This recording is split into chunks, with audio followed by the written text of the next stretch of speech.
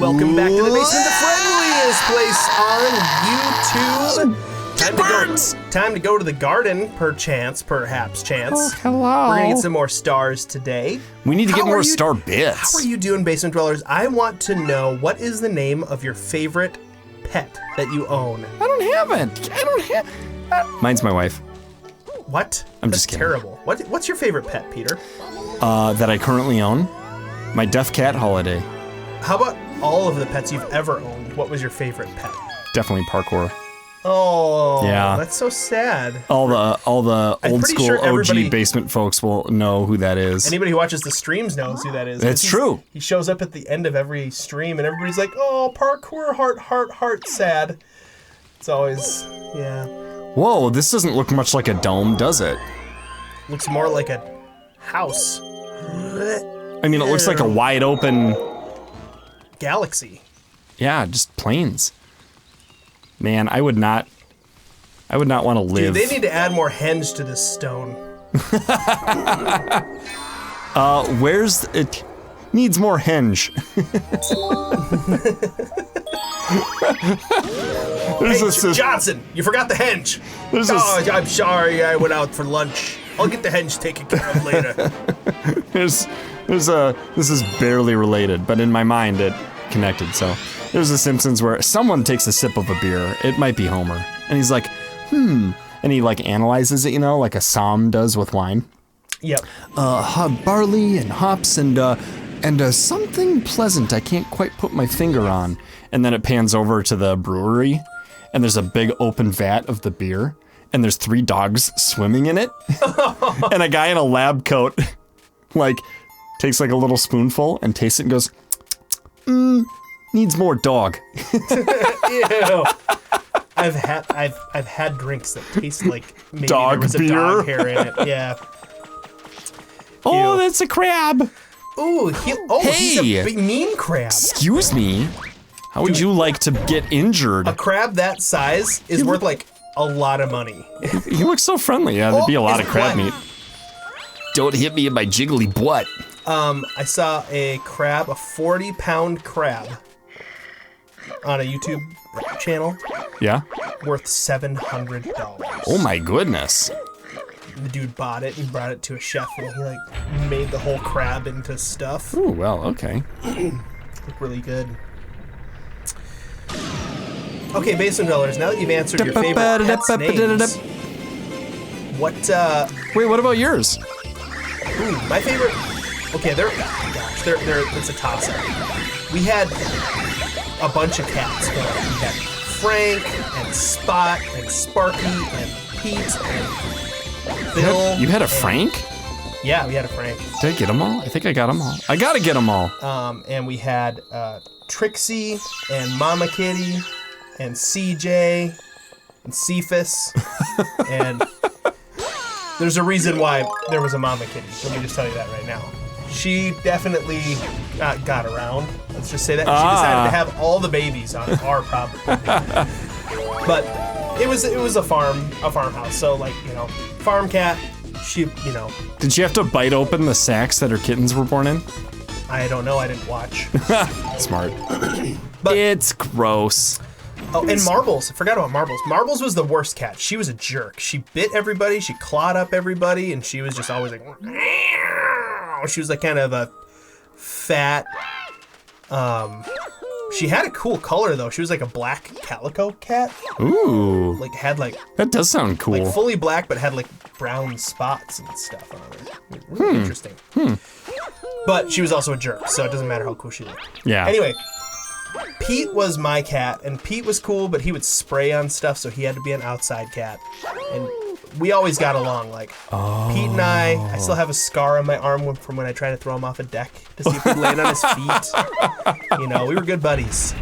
Didn't you jump off a deck and land on a rabbit? Yes, I killed a bunny one time. Rabbit? I think it was already dead.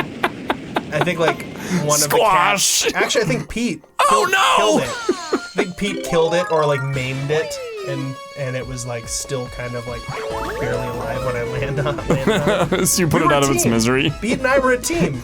Just like now. Pete's dead though. It's okay. It happened. What's it walking around in the sand that's invisible? That's really creepy. I don't know, but I gotta light these on fire. For the music.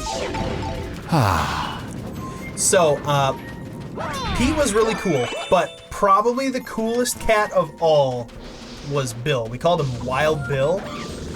He was like, Mama Kitty was his mom, but his dad must have been like a lynx or something, because he was like puffy and like fluffy and like strong, like just a beefy cat. Yeah. He wasn't fat. He was just like muscular. Like a miniature and his tail large was cat. like one of those like puffy tails. And he was stripy and stuff, and he was just like a cool cat, but he was also nice. But he would like kill things. One time I saw him jump off the roof of our house and catch a bat. No! He was so cool. He was like the coolest cat ever. Dude, I think that's a big deal for people is when deciding how cool a cat is like what they caught and how much stuff they caught. That's true. One time, like, I used to think like, did I say Trixie? Trixie was not one. Pickles was the cat. I was like in our basement, and we had like this old like cement wall, but it was like 100-year-old house, so it was like a stone basement that was really kind of moist because it didn't stop the moisture at all, really. And it like used to be the spot in the house where they would run the furnace, and then all the heat would rise up into the actual house. So it was kind of like, we put cement down in there, but it used to just be like dirt floor and whatever. So it was kind of like a pretty dank. I'll bet it was extremely dank. I walked down there, but that's where my parents would keep, jars of salsa and like homemade pickles and like jams and stuff that my mom would make. And I went down there to probably get salsa, would be my guess. And Pickles was just staring at a wall. And she was like a white, Pickles was like a white cat with like black spots. She kind of had like a cow sort of vibe. Okay. But she was like a skinnier cat, not like beefy, but like, nice little cat. Anyway, she's staring at the wall, and all of a sudden she moves, and I watch her have a mouse in her mouth and just swallow it whole. And I was like, Pickles is a cool cat. And so you're totally right. It's like it's like when they catch and eat things that they're kind of supposed to catch and eat. You're proud of them. You're not as happy like when they eat like a cute little bunny or something, but rodents and pests and stuff, you're kind of like, yeah. But yeah, Bill killed so many things. Like he always had like a mole, mouse, or something that he was eating. It's like a superhero. So hey, we're fighting Magic Koopa. Yeah, it seems to be. Kamek. Could be Kamek. Do I? Yes, I spin. That's what I do. Guess what? Time to die. Oh, this is Mrs. Kamek. Or Ms. There we go. I spin to. It's not intuitive. Yeah, it should be just like a button that the throwers show, right? You'd think. Yeah, there's so many buttons. But now you can just punch her. The Wii did not have that many buttons. Oh yeah, that's right. This is a Wii game. They did have a severe lack of buttons. Yeah. I remember it being like, really? One button? And I have to use a weird upside down, like sideways D-pad? Yeah, there was a button, and then like on the nunchuck there was like a joystick. Yep, a joystick and two shoulder and like buttons. Shoulder buttons, right? And then there was like a trigger and a shoulder. The B button, the shoulder button on the Wiimote. What the heck is going on right now? Yeah, it was an interesting controller. Oh, I gotta climb. But I mean, I'm gonna have to bust one of those out when I play Metroid Prime Corruption. It's like, you gotta play with a Wiimote to really do that game right. Oh yeah, you think so? You're not gonna do it with the gamepad? I don't think you can. Metroid Prime 3 collection probably requires Wiimote. Or the Metroid Prime collection. The Metroid Prime 1 and 2 were GameCubes. So those will be like good, just straight up use my Wii Pro controller, call it. Yeah. Actually, I might even be able to use my 8-bit Do SNES SN30 Pro. Sponsor. Hopefully one day. wish. One day, maybe 8-Bit Duo will sponsor us. I love their controller. I actually repaired it this week because I love that controller so much. The B button got sticky. And so I looked it up and they're like, yeah, the silicone pad on the inside, they wear out when you use them a lot. Right. And they're like, you can just buy a new set of silicone pads and just replace it. $5. Got Nice! a brand new feeling controller. The buttons are really nice and responsive now. It's awesome when you can just like kind of repair your own stuff. I know, You just buy the parts and... I felt very, what's the word? Ooh, there's a new galaxy in the garden. And then I went online and I bought Nintendo, like Super Nintendo screwdriver. So that way I could open up a Super Nintendo or cartridges. Because I got a couple repro cartridges. I got Final Fantasy 3, aka 6, and Chrono Trigger a while ago. The game save batteries were dead. Like, there were repro carts, but the batteries were dead. I don't understand why that was. Yeah, so you gotta take it apart. Just put bad batteries in it, so I had to take it apart and put a new battery in. Or like they get old carts and they replace like the innards but not the battery. Yeah, so like this is definitely like a 3D printed It was probably cartridge, like a new circuit board. It was like all of that stuff. They just flashed the game to it. I wonder what it was before, a Ken Griffey Jr. cart or something? I don't think it was. Like, it looked like it was a new circuit board. Like they bought a circuit board from somewhere that was like, this will work to flash SNES games to.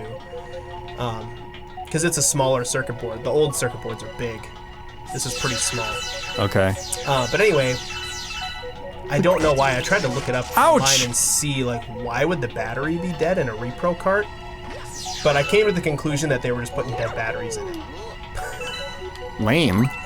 Because there's no way that it would drain, right? I mean, games sit on the shelves for like 30 years. Yeah, they don't drain at all. Barely. I mean, yeah, like a 30-year-old game might be starting to, like, the battery might be dead. But it uses it for a split second to save the game. Right, and that's it. It doesn't use it to hold the save. Yeah. It's just for that split second, little tiny power draw to flash it to the memory. And I don't think I know of any games that I have where the battery has stopped working. That's why I was so confused. And like my original NES Zelda's battery still works. But I took the batteries out and I tested them with a voltmeter. Like I was very industrious. Dude! Tested them with a voltmeter, and yeah, the batteries that were in there were just no juice at all. So about a 4-pack of new CR2302 batteries or whatever they are, and now you're good to go. So I was tempted multiple times this week to like start Final Fantasy 3, and I was like, oh, it takes a long time to kind of get to the part where I don't know exactly what's going to happen. Oh, I've played sure. the beginning of that game it's a slog. Times. Yeah. And it's fun, but I played the beginning so many times that it's like I need to kind of get through it, but you can't just skip stuff on a real cartridge. You have to get there. Right. Yeah, there are no shortcuts. Yeah, there's no like loading a game save from somebody else or ooh, extra life. No, that's pretty awesome. I went the wrong way. I mean, unless I need these extra lives. That's helpful. I mean, what if you get squished by this thing right now? See? Lucky you got that third life. Yeah, otherwise I'd only have 3 out of 3 right now. So Peter, if you were gonna create a video game, what kind of video game would you want to make? And, like, do you have any like interesting ideas that would make it unique? That is, oh look how these are helpful instead of harmful now. Oh, because you flipped the room. Very. What an interesting mechanic. Gimmick. That's a good question. I mean, I'm ignorant as far as like what a good, or like how hard it is to make a game, you know? Or like a certain kind of game, right? So I might pick, like the first game I would ever try to make might be something simple. Yeah, and I don't know what that is. Is that a platformer or is that an RPG or what? Let's say an old man comes up to you, right? He says, "Son, I am your long lost uncle. So you're not my son, nephew. I'm your long lost uncle. And for the last 30 years, I have run a game development company. And I want you to have it. All you have to do is come up with the ideas, and they will make it. So I've got my own designers. Yep. So I mean, you can take part in any parts of the design process if you want. But you don't have to. Good scenario. I'd say, Uncle Theo, I want to make a 16-bit style RPG. Ooh. But more beautiful. Something like, I don't know, maybe partway. Oh, these drop? Interesting. Partway between, like, Octopath Traveler as far as how good it looks and, I don't know, Secret of Mana. Sure. But I would want to make it really big, and I think where I'd want the creative control is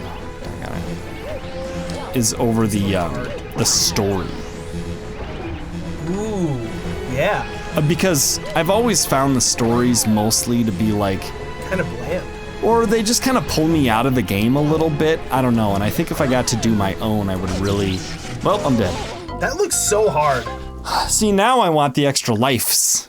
Now that you don't have them. Yeah, now that they're gone. Oh no, it's a black hole of help. Excuse me, you dumb bombs. So I just need to stay away from these electrical. Can he come over to you? Yeah, there you go. Keep right. those guys away from you. But they were not, I don't know. Cooperating last time. Right. And this is a really small surface to deal with. There we Bam. go. There Nailed we it. go. He'll give me a coin. That was -1 coin. +1 coin. There's- That evened out to 0. There's such a weird timing. Okay, so a cool looking RPG, and you'd want to like And I'd want it to be big. like really long, like a long game. Yeah, we've talked about this a little bit before, but I don't remember what video, and a lot of people have probably missed it. I'm terrible at this. But that's what I was hoping for when the Nintendo 64 came out, that we would get... Ah! Did I just drink an Oreo? I don't know, maybe. Was it... This is the old one. Bummer. Just tasted like water that sat by a peach for a long time. Next to one. It's not even fizzy. But I thought we'd get like 16-bit RPGs that were just like 4 times as long. Oh, or 10 times as long. Just huge world, you know, would take... Like if Secret of Evermore took me 30 hours, I wanted a 120-hour version of the same game. Ooh. Instead of like Quest 64. Sure. Which was lame. Are any of these guys gonna give me hearts? Or You might have to just do it with one coins? One beeping thing. That beeping was not in place of a There's the star right there. a bad word. It's beeping at us. It is indeed. So I gotta get up here somehow. I probably gotta make those things shoot a thing. What is this? It's a turtle shell, duh. You're a turtle shell. Poop mouth! Put poop out of your mouth! Ooh, ooh, ooh, ooh, ooh, ooh, squish! Yes! Okay, I feel better. It's not being annoying anymore. Oh! Ow! Mario got... Oh no! I was in the Oh. process of spinning! We're gonna have to complete this level next time in the basement, but until next time, basement dwellers, we think that you are more creatively endowed than... Billy Zane, who's never been all that creative. Who is he again? I don't know. In the basement!